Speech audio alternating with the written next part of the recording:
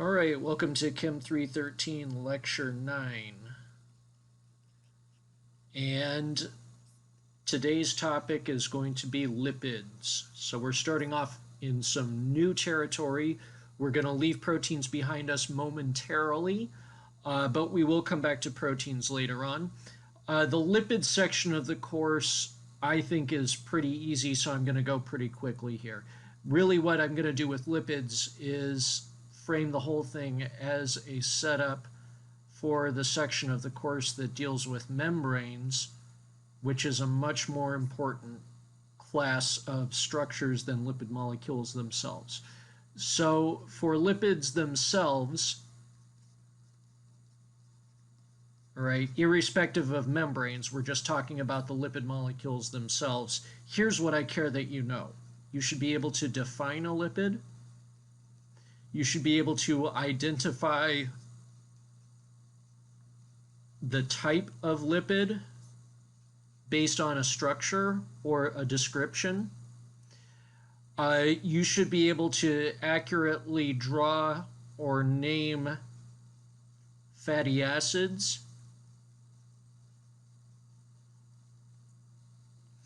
You should know the relationship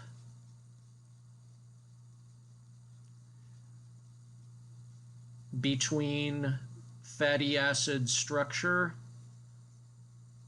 and melting temperature, because that's going to come up in a different context later. And the last thing that you should know about lipid molecules themselves is what properties must a lipid have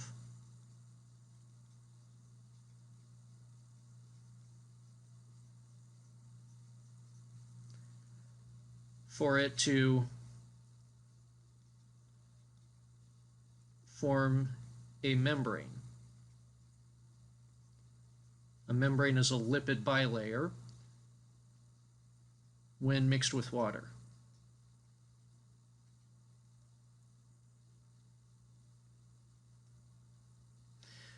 So those are the subjects that I expect you to be able to do with lipids, and then when we get into the membrane section, which is going to be at the end of today's lecture and completed later, I expect you to have a better, further understanding of membranes. But for lipids themselves, this is what I expect you to know. All right, we already talked about the first class of building blocks, and those were amino acids, which are building blocks for proteins and peptides. So lipids is our next class of biomolecules, and really it's a diverse sort of a catch-all category. Lipids are biomolecules that are insoluble in water, but soluble in nonpolar organic solvents, such as toluene, benzene, chloroform, and so forth. So lipids are more defined by what they aren't than what they are. They will not dissolve in water, but they will dissolve in nonpolar solvents. So the key feature of lipids is that they are mostly nonpolar. And they have lots of carbon and hydrogen, and they have relatively little oxygen or nitrogen. Although most of them do have some oxygen or nitrogen, some have other elements as well, such as phosphorus or sulfur.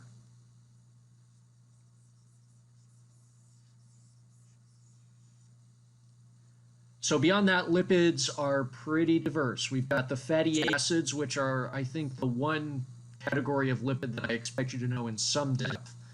We've got fats, which are triacylglycerols.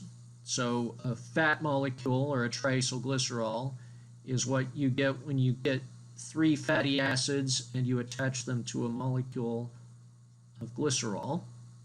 We've got glycolipids, which are much more complicated molecules like this one shown here. We've got cholesterol, which is part of a broader class of lipids called steroids. We've got phospholipids and sphingolipids. We've got everything under the sun. Lipids are everywhere, and there are all kinds of crazy stuff. All right, so let's talk about fatty acids. This is the one class of lipids that I do expect you to know in some level of depth. But fortunately, they're pretty simple compared to, say, amino acids. So what's a fatty acid? It's a linear chain of carbon, and usually the cutoff for it to be a fatty acid is 6 or more carbon atoms, with a carboxylic acid group at one end. So a fatty acid molecule would look something like this. We've got a chain of carbon atoms. It's all hydrocarbon. We've got a carboxylic acid group at one end. This end of the molecule is polar, and it's also acidic. The pKa of that is around 4. So in reality, most of the time in solution, a fatty acid isn't going to look like that. It's going to look like that. So that's the predominant form at neutral pH.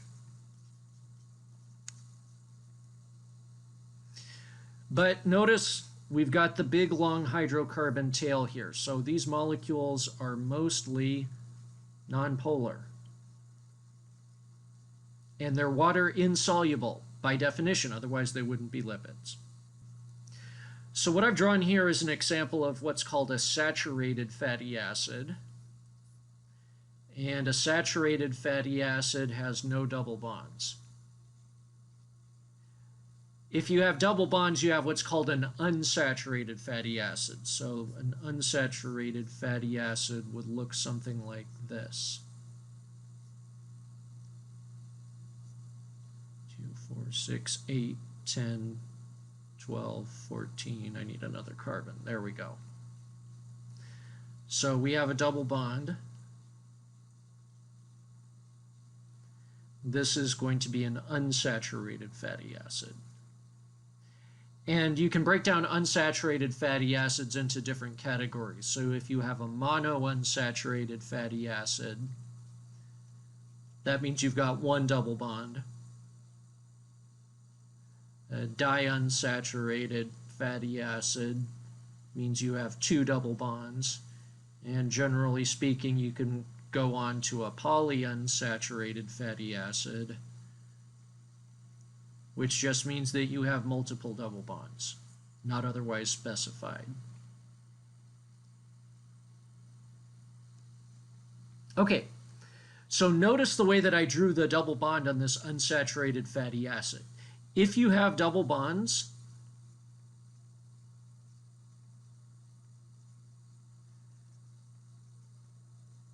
they're normally going to have the cis configuration. Cis, or Z if you prefer the newer nomenclature for double bond configuration. Trans double bonds are unusual in fatty acids. I won't say they're absent, but they are not very common. So fatty acids are going to have the cis configuration on double bonds. This is important for reasons we're going to see later. Okay, also most naturally occurring fatty acids have an even number of carbon atoms. Odd carbon number fatty acids do exist, but they're not very common. Most of them are going to have even carbon numbers.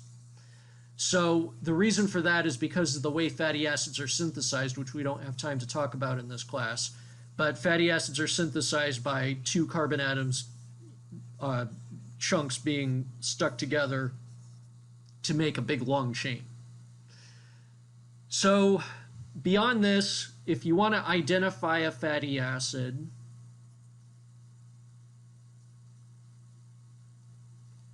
you need to specify the number of carbon atoms, you need to specify the number of double bonds, and you need to specify the position of any double bonds. Right? There is only one carboxylic acid group on every fatty acid. If you had two carboxylic acid groups, it would not be a fatty acid. It would be a dicarboxylic acid, which doesn't count.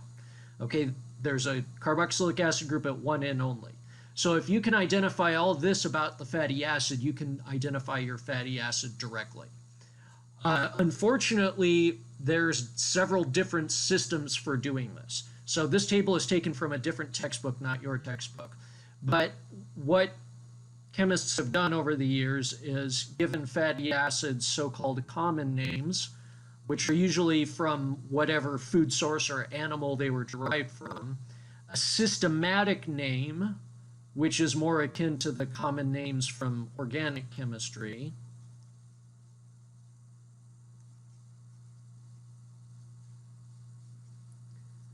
and then you have a symbol, or we can write out a linear structural formula.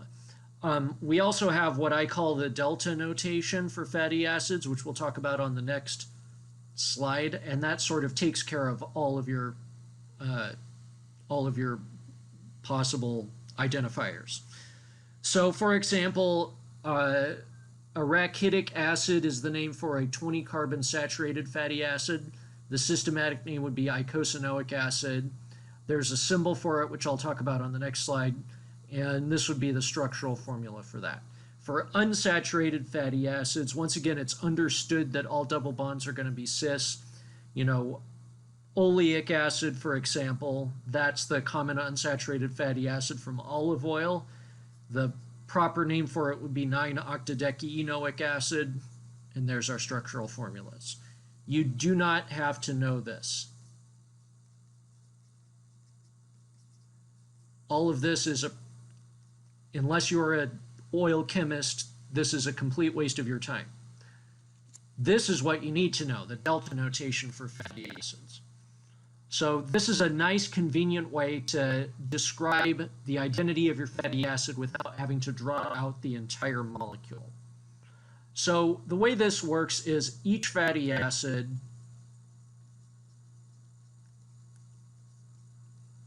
is represented by a pair of numbers separated by a colon. So we've got a symbol that looks something like this. We'll say 18 colon 2 and then parentheses delta superscript 11 15, something like that. All right, what do these numbers represent? 18 is the number of carbon atoms. Then we have a colon. The next number after the colon is the number of double bonds. And then in parentheses, we have a delta, and then superscripted next to the delta, those are the carbon numbers on which the double bonds begin.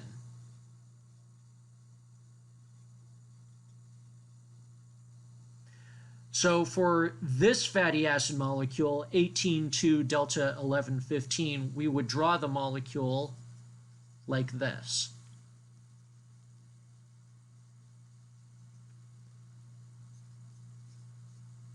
We've got our carboxylic acid group, and by the rules of organic chemistry, that carbon atom would be carbon 1.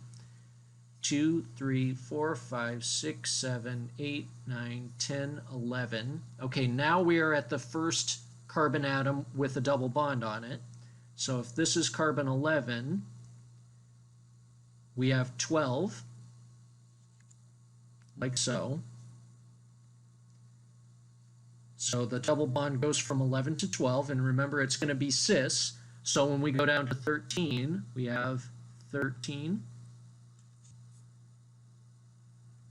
13, 14, 15, 16, 17, 18. We've drawn our molecule. So notice the orientation of everything that I've drawn here. As long as the double bonds are cis,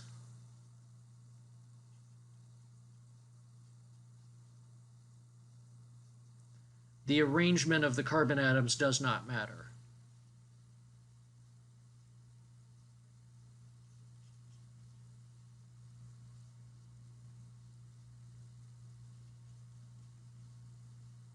Right?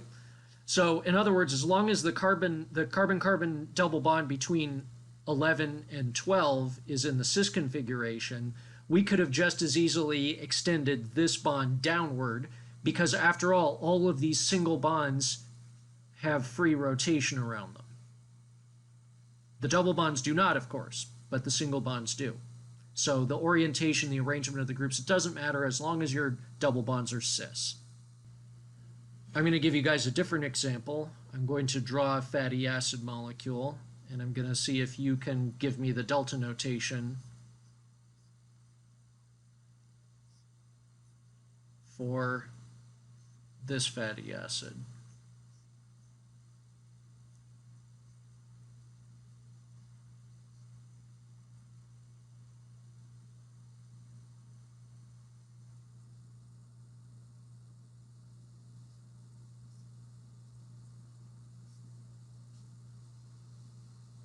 All right, what is the delta notation name for this fatty acid? You have to start counting carbon atoms. So our carboxylic acid carbon is always going to be 1, 2, 3, 4, 5, 6, 7, 8, 9, 10, 11, 12, 13, 14, 15, 16, 17, 18, 19, 20, 21. Let's give it another one there so that we can have an even number of carbons. So we have 22 carbon atoms. How many double bonds do we have? We have 3. We put in our delta. And what are the deltas symbolized? That's the carbon atom on which the double bond begins. So we have 1, 2, 3, 4, 5, 6 to 7.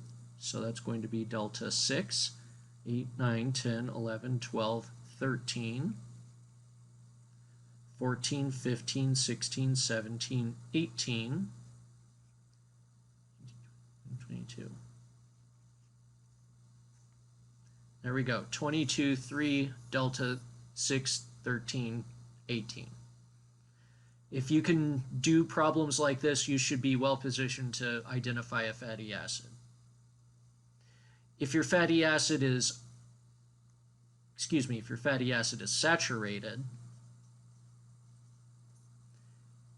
you can skip the delta because the number of double bonds you have is going to be 0. So this would be something like 18, 0, or 24, 0. And in that case, as long as you have the 0 there, we know that there's no double bonds, so there's no point in saying where those double bonds are going to show up.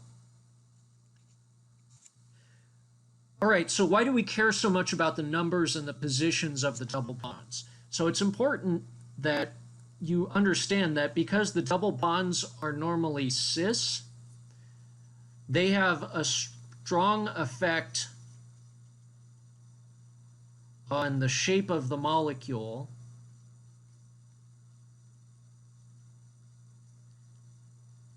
in its lowest energy conformation, which is what this slide is trying to show you. So what these diagrams are showing you is the lowest energy conformation, or the most stable conformation of each of these fatty acids. That does not mean that every single fatty acid in a mixture is going to look just like this with the chain all stretched out perfectly straight. The single bonds can rotate, so they're not necessarily going to be all straight like this. But this is the lowest energy conformation, and this is the type that you are likely to see in the solid phase, because this is what's going to tend to be locked into place when the molecule is low in kinetic energy. Anyway, because we have cis double bonds, we end up with a kink in the fatty acid chain when it's in its lowest energy conformation. So for oleic acid, it's really obvious. We've got our double bond right there, and if you look at the space filling diagram, the double bond introduces this bend in the chain. And the more double bonds that you have, the more bends that you have, right? So a double bond you can think of as a permanent bend.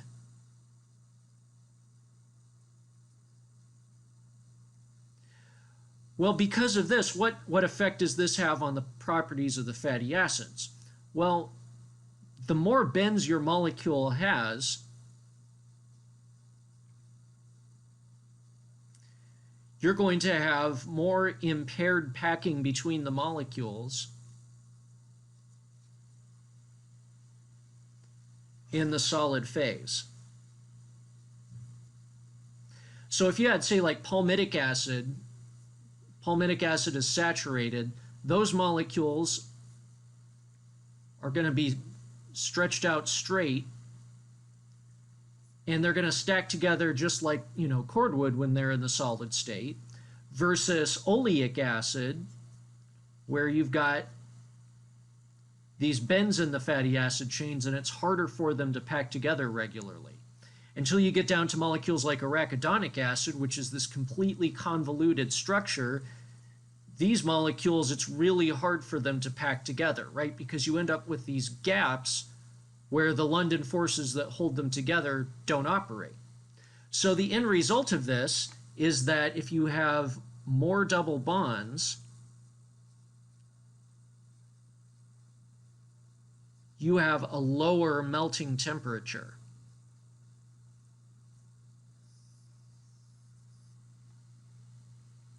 And this is important because saturated fatty acids tend to be solids at room temperature, whereas unsaturated tend to be liquids.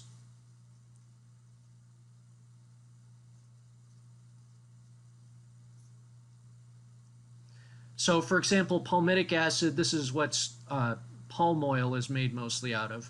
Palm oil isn't really an oil. If you've ever seen pure palm oil, it's like a waxy, hard substance. Oleic acid comes from olive oil, which is a viscous liquid at room temperature. And all these other ones down at the bottom are what you see in vegetable oils, and they're also liquids at room temperature.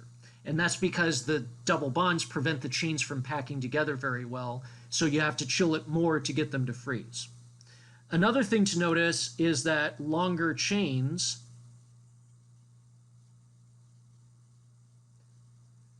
produce a higher melting temperature.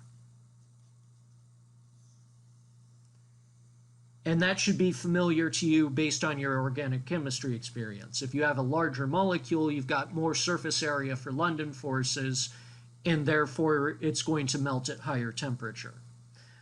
However, most fatty acids have relatively similar sizes. They differ in length by maybe 6 or 8 carbon atoms.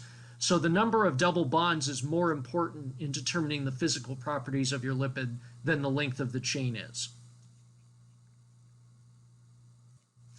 All right, let's talk about our next class of lipids, what we call fats. So fats is sort of a nutritional term.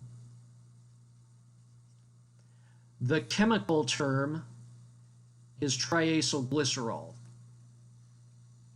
So what is a triacylglycerol? Triacylglycerol is a molecule of glycerol linked to 3 fatty acids by ester linkages.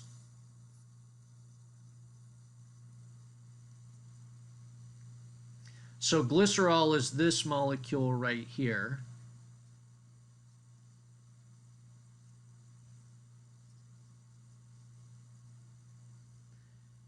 And if you took 3 fatty acid chains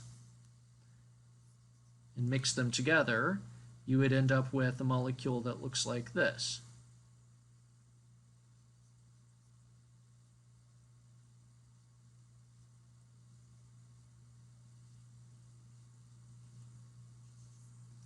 That's a triacylglycerol.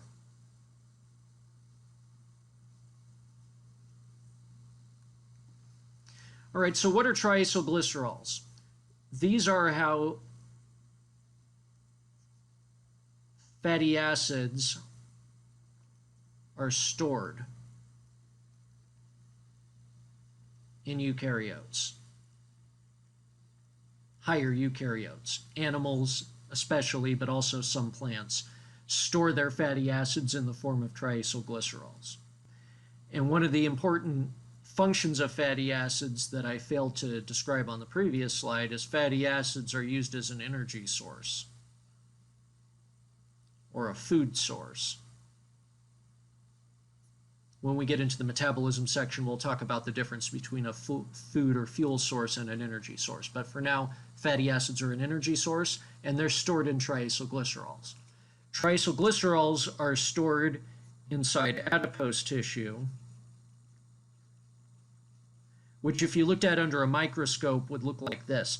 So what you see is they essentially have this sponge-like appearance, and an adipose cell is essentially a droplet of triacylglycerol with the rest of the cell just barely squished around the outside of it, with like your nucleus and your ER and your organelles all just crammed right up against the edge. So it's like if you took a pound of butter and put it inside a water balloon with just enough water to form a film around the edge. That's kind of what this would look like. So in addition to storing energy in animals, these are important for anatomical purposes like padding and insulation, especially in cold climate animals. All right, so triacylglycerols I don't think are all that interesting. Those are molecules that are just used to store fatty acids, but these molecules are much more interesting, phospholipids. So phospholipids are kind of like a triacylglycerol,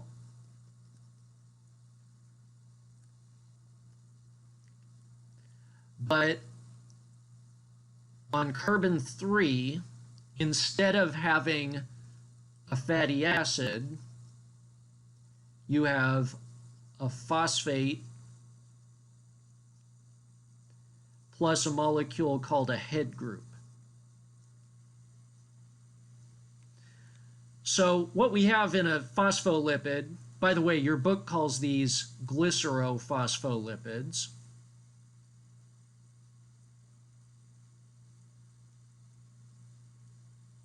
It's the same thing. So what we have is a diacylglycerol, that's glycerol, plus 2 fatty acids. So you can see these are our fatty acid chains. We have ester bonds, and the rest of this is the glycerol.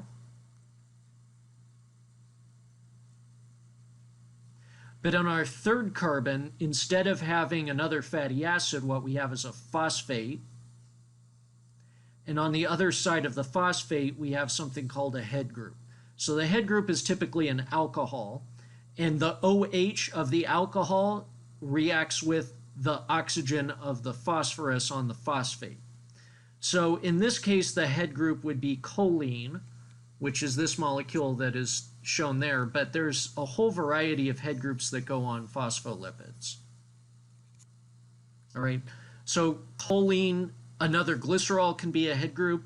Serine, the amino acid, ethanolamine, inositol, these are some of our common head groups. So this is what choline looks like. The way I've drawn it is that this would be the bond to the phospholipid right there. Ethanolamine, this would be the bond, right? Inositol, that's a complicated sugar derivative. I've drawn the structure there. You don't have to see the rest of it. And, you know, here's examples of what these other groups, you know, head groups would look like.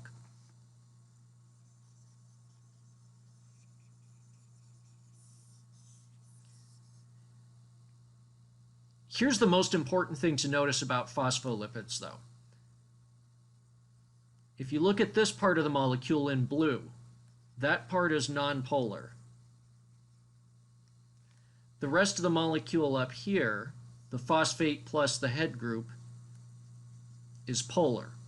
In fact, in most cases, it's going to be electrically charged. So phospholipids are more polar than most molecules. And if you look at a three-dimensional diagram of what they look like, they have a roughly rectangular cross-section.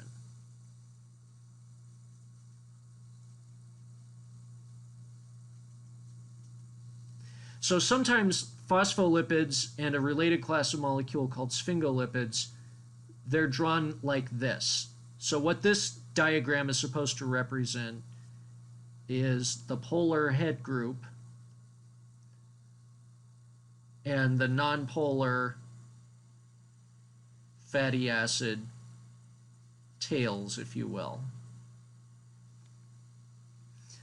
So because these molecules are polar and they have a rectangular cross-section, these molecules form membranes. And we're going to talk more about that at the end of the lecture. Next class of molecules, sphingolipids. So sphingolipids are very similar to phospholipids, and their physical properties and the things they do in cells are just like phospholipids, but they're chemically different.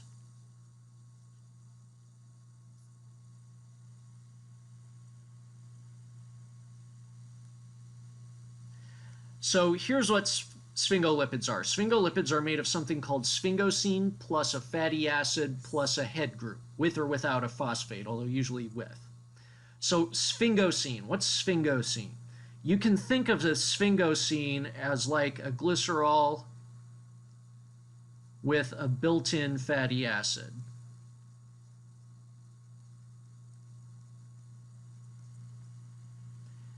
And with an amine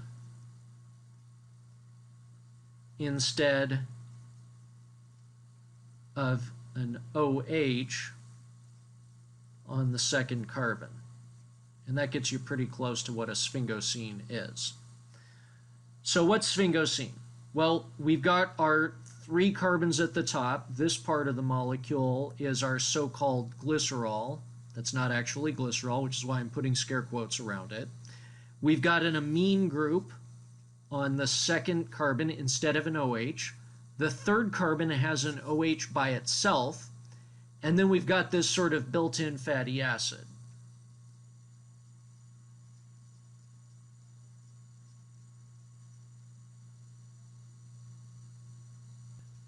So what happens when you make a sphingolipid is that a sphingosine reacts with a fatty acid, and you end up with a molecule called a ceramide. So a ceramide is a sphingosine plus fatty acid. And notice that the fatty acid, which is in blue here, is connected by an amide, or peptide if you prefer, linkage to the sphingosine. So not an ester like it would be in a regular sphingolipid. Finally, when you put the whole thing together with the head group, you end up with a molecule that looks like what we have over here. This is a choline sphingomyelin. It's also called phosphatidylcholine.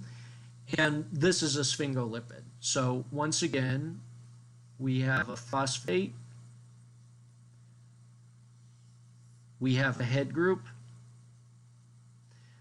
but beyond that, here's how you tell a sphingolipid apart from a phospholipid.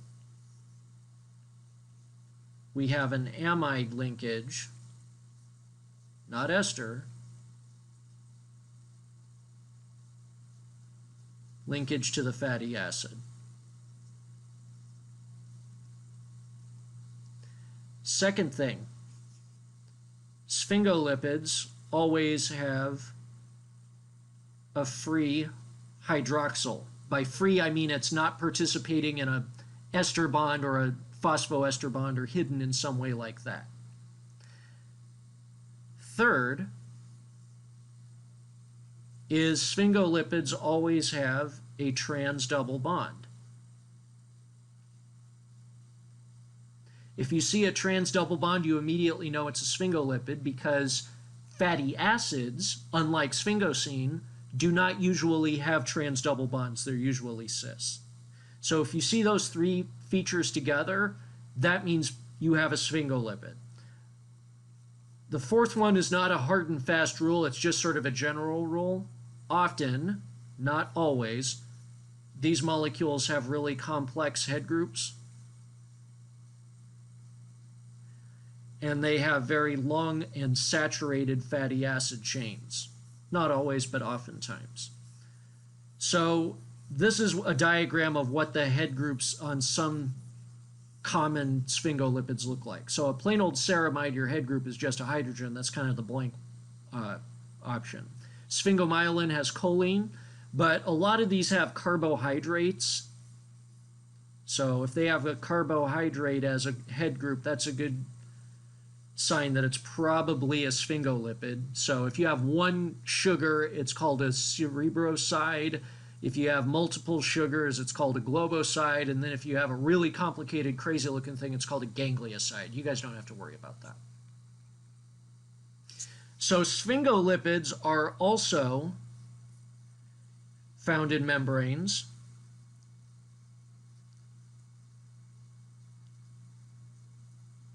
And the reason for that is the same reason that you will see for phospholipids, is they also have a similar shape. They've got a rectangular cross-section, a polar head, and a nonpolar pair of hydrocarbon tails. All right, so for completeness, we have to talk about some more oddball lipids. So cholesterol. Cholesterol is kind of a unique molecule. So it's this rigid four-ring lipid. It's mostly just in animals. Cholesterol is sort of the prototypical molecule of a broader class of lipids called steroids. So steroids are any lipid that contain these four rings fused together in this pattern. So you've got three six-membered rings that are joined like that, one five-membered ring, and then some group containing oxygen down here at the end. So that might be a CO, or it might be a COH. It depends on which steroid that you have. And then usually there's going to be some hydrocarbon group or other group up here. So this is cholesterol. You do not have to memorize the structure of cholesterol, okay? The thing to notice about the structure of cholesterol and other steroids, though, is that these are mostly flat because of all the rings, and their length is shorter than fatty acids. So if this is a fatty acid, a molecule of cholesterol, if drawn to the same scale, would be something more like this.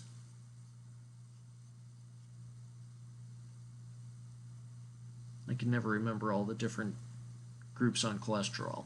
But notice that it's shorter than a fatty acid chain, so that if you had the two side by side, there would be an overhang on the fatty acid chain. So that's going to be important for reasons that we're going to see in the next lecture.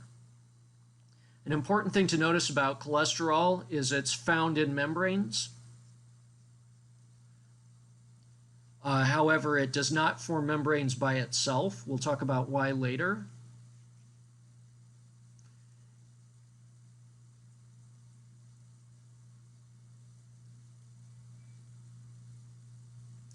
And its main role is not only does it moderate the function of membranes, we have this property called fluidity we'll get to later. So that's an important role that cholesterol plays. It's also a precursor to steroid hormones.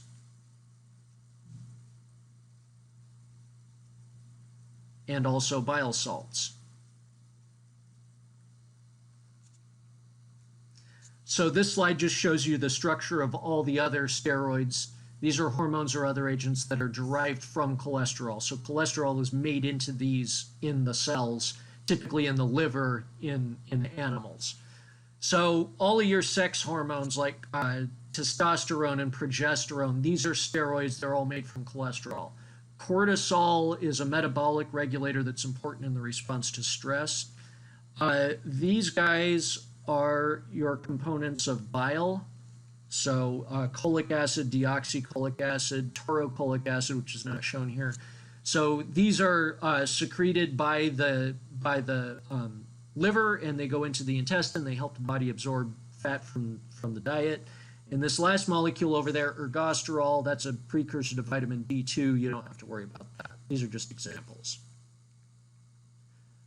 Okay, other lipids.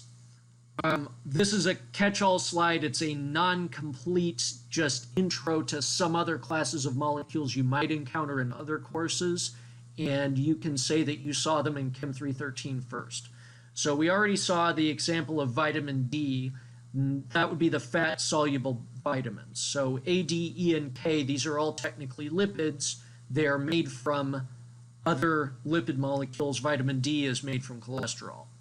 Another important class of lipids is the terpenes. So terpenes are made from units of what's called isoprene. Isoprene is this molecule here. It's 2-methyl-1,3-butadiene, or I forget the new system for IUPAC naming of alkenes. Who cares? Anyway, if you take a bunch of isoprenes and stick them together, you get these molecules called terpenes. So if you put two of them together, you can get a molecule like limonene, citronellal, menthol, or you can get more, complicated ones like camphene. So essentially the way terpenes work is you take isoprenes and you shove them together into these molecules that have some multiple of 5 carbon atoms. So these ones all have 10 carbon atoms up here. So like in limonene, the original isoprenes are easy to see. In some of them, like pinene and camphene, it becomes pretty tricky to tell that that's a terpene. So what you look for in a terpene is a group of 4 carbons plus a 1-carbon branch. And that'll tell you you've got a terpene. If you took 6 of them and stuck them together, you would end up with a molecule called squalene, which is a terpene. And if you look at this structure, it kind of actually looks like a steroid. And that's exactly what steroids are made out of. There's an enzyme that causes this whole thing to just kind of zip up in this big, long Diels-Alder reaction all in a single step. And that's what gives you your steroids. So steroids technically should be considered a subclass of terpene. Some molecules, strictly speaking, a terpene is a hydrocarbon. Some molecules, if they have oxygen or nitrogen or other elements, they're called terpenoids. Not all chemists make a distinction between terpenes and terpenoids, so if you hear that term, that just means it's got elements in it other than carbon and hydrogen. So these are important, especially in plants, and they're useful as flavors and fragrances. And in some cases, they're actually bioactive as drugs or toxins. And so, especially for the food science and the wine and vit people, I throw in terpenes because a lot of your flavor components are going to be terpenes. Another important class of lipids, although not a very interesting one, is waxes. So waxes are just an ester of a long-chain fatty acid with a long-chain fatty alcohol. This is what a wax looks like. Squiggle, C-O-O, squiggle. All right, you've got hydrocarbon tails with an ester linkage in between. So these are almost all nonpolar.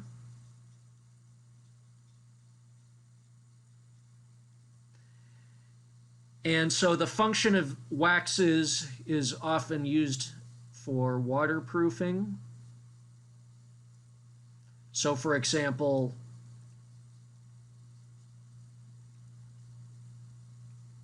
if you've ever tried to run water over a cabbage leaf, and you'll notice that the water just forms little spheres, that's because cabbage leaves are coated in wax. Same thing with duck feathers, which is what enables ducks to float high in the water instead of getting waterlogged. Another function of waxes is they can be used as a structural component, so beeswax.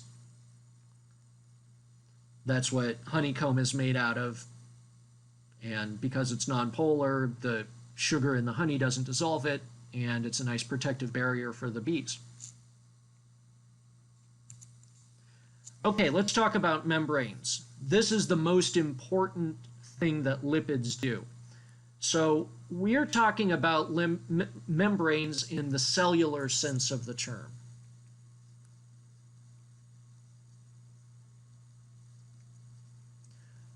So we do not mean by membranes anatomical membranes. That's not what I'm talking about when I use the term membrane.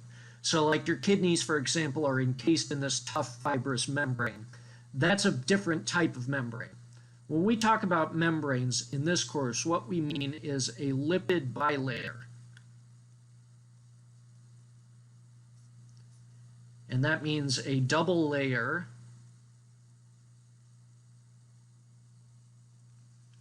of an amphipathic lipid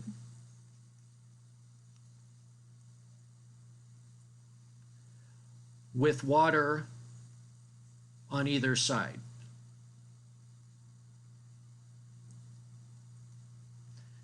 What's that word amphipathic mean?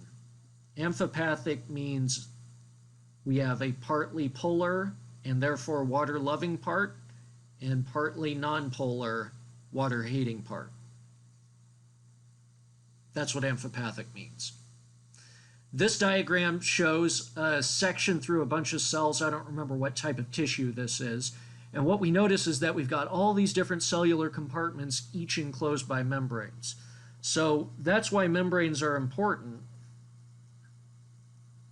Membranes enclose the cell as a whole, and in eukaryotes at least, they also enclose cellular compartments. And that's very important because membranes allow you to maintain a different environment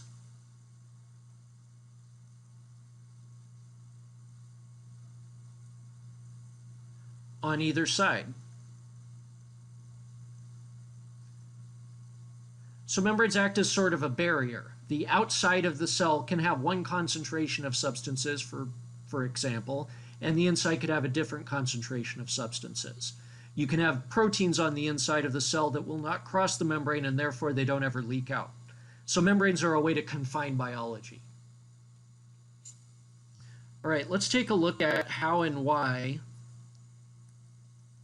membranes form.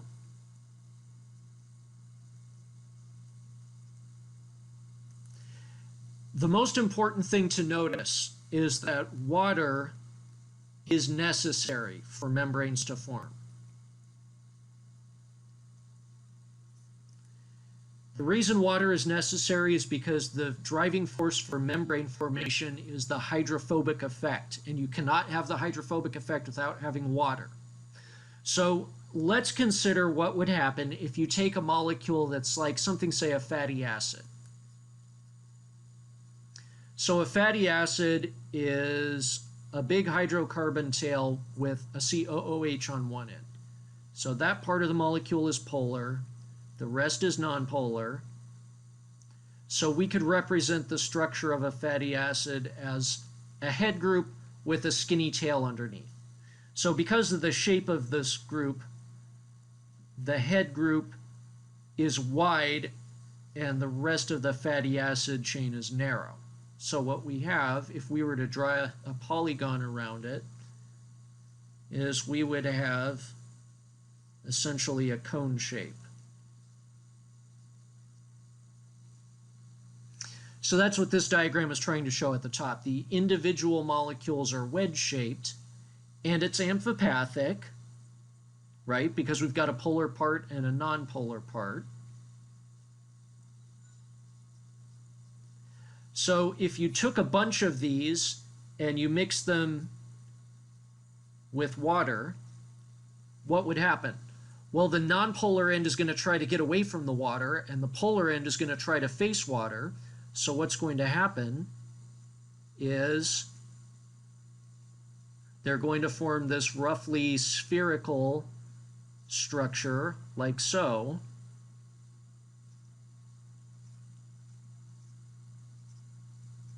And the reason it's spherical like this is because each one is a triangle, and if you try to pack triangles together, that's what you get.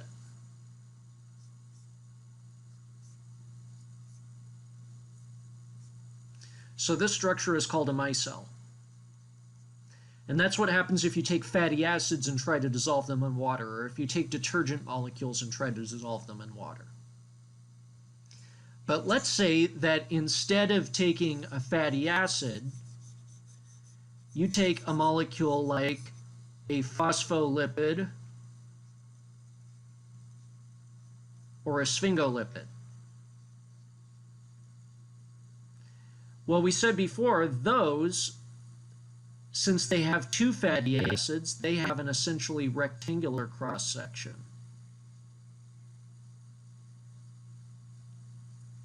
And they're amphipathic. This end is polar, this end is nonpolar.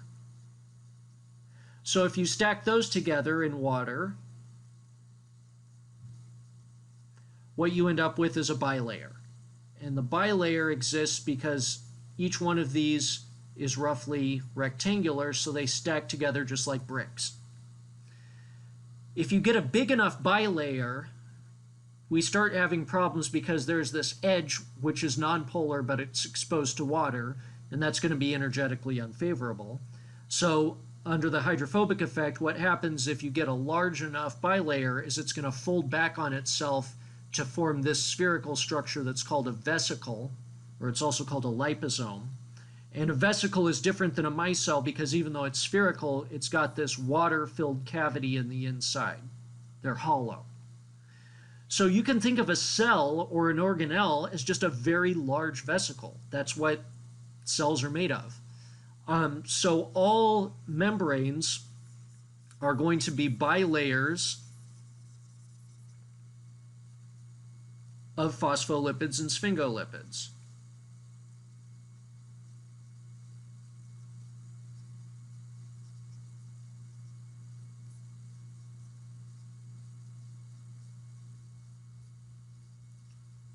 In varying proportions. And if you were to take a slice through a vesicle under an electron microscope and actually look at a picture of it, you can even see that you've got two layers of molecules. If you stain with some sort of a dark stain, you can see a double layer right there with a layer of white in between. That's the fatty acid part of the bilayer, and these are the heads. This would be the inside of the cell over here, which shows up dark because it's loaded up with proteins and other, dense molecules like that. Okay, let's talk about the movement of lipid molecules in a membrane. So you can think of a lipid bilayer as almost a two-dimensional fluid. Under certain circumstances, it can freeze into a solid-like state, but mostly you can think of it as a two-dimensional liquid. And our molecules, because it's a liquid, they're always in contact with each other. So we can say that they are touching, but always moving.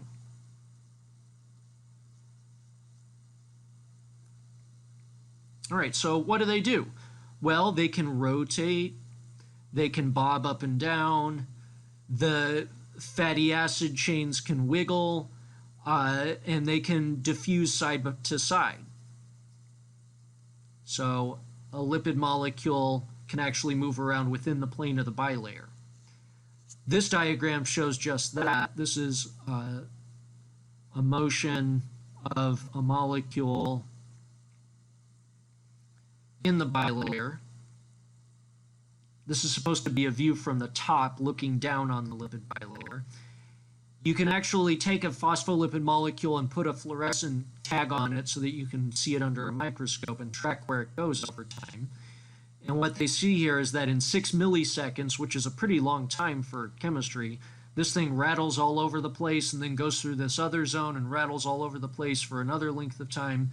And anyway, this is over a distance, a period of milliseconds. It's migrated over a distance of more than a micron.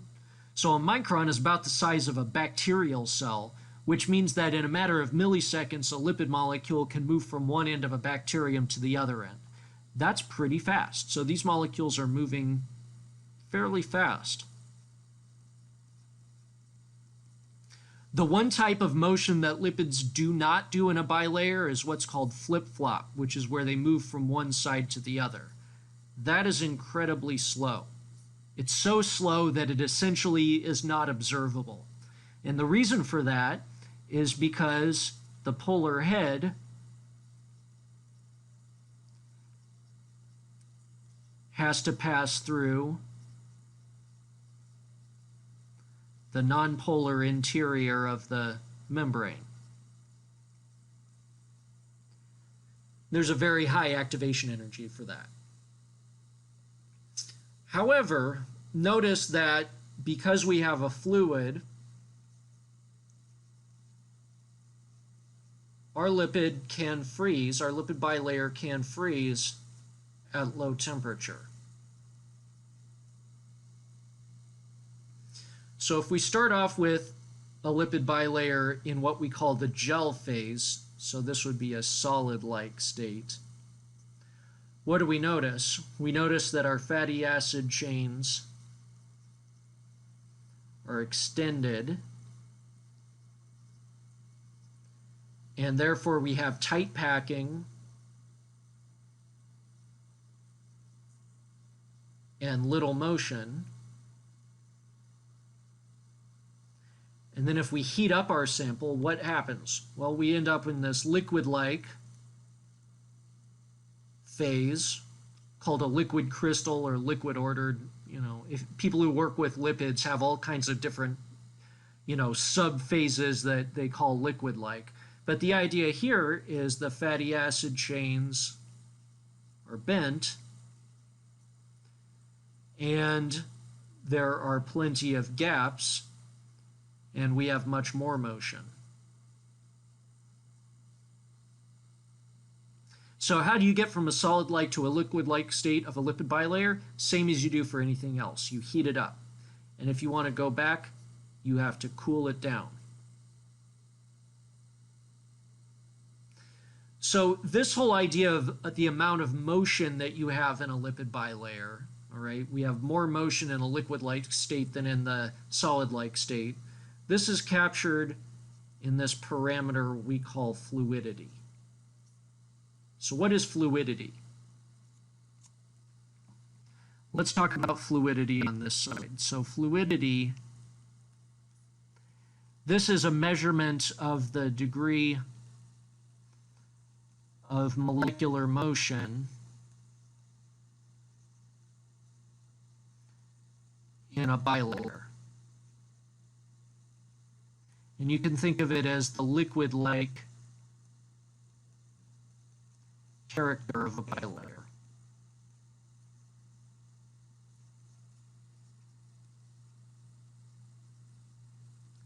So generally speaking, fluidity increases as temperature increases, but it does so discontinuously. So you can actually measure fluidity in a lipid bilayer using fluorescence microscopy techniques. We're not going to talk about that in this class because that's not so much what's important.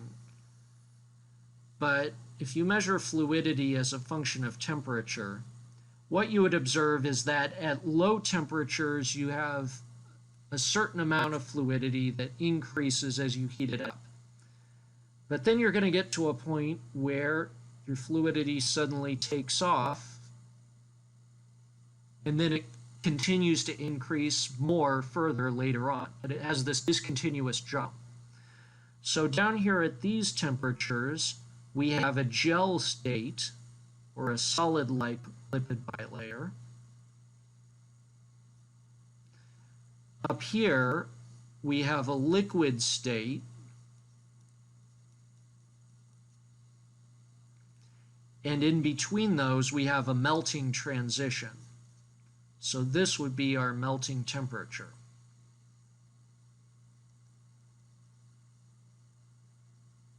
So fluidity increases with temperature, and it takes a dramatic jump when you reach a melting temperature. Now, let's say that the diagram that I drew in red, so what I've drawn in red, this is going to be, let's say, for a saturated fatty acids in our phospholipid.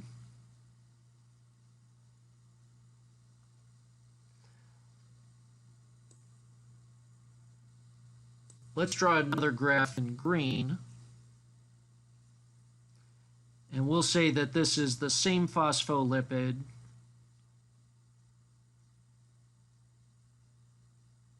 but with unsaturated fatty acids. What do you think this fluidity graph would look like if your phospholipids had more unsaturated fatty acid tails than they do saturated? Most likely what it would look like would be something like this. So generally speaking, unsaturated fatty acids are going to have higher fluidity at any given temperature. Why is that? Well, that's because of the kinks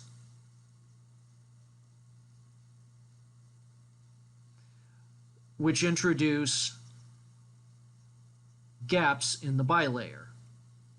So our fatty acid chains would look something like this.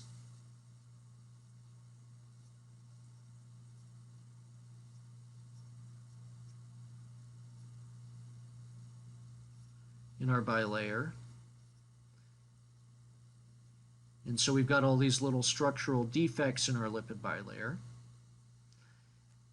Versus the case with a saturated fatty acid where we have nice rigid packing of our chains, or at least it's possible to get that at low temperatures. So in the case of a phospholipid with more unsaturated fatty acids, what you're going to see is higher fluidity overall, and your melting transition is going to be at a lower temperature. So we have a lower melting temperature for more unsaturated fatty acids.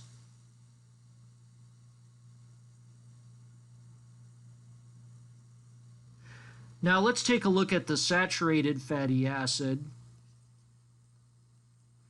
which had some cholesterol added to it. So cholesterol, we said on the cholesterol slide, cholesterol helps to affect the membrane fluidity. So what we're doing here is we're just taking the red lipid bilayer, but we're going to add a little cholesterol to it. So what would cholesterol do to our fluidity? I'm going to show you guys on the graph what cholesterol would do to your fluidity, and then I'm going to explain it at the introduction to lecture 10.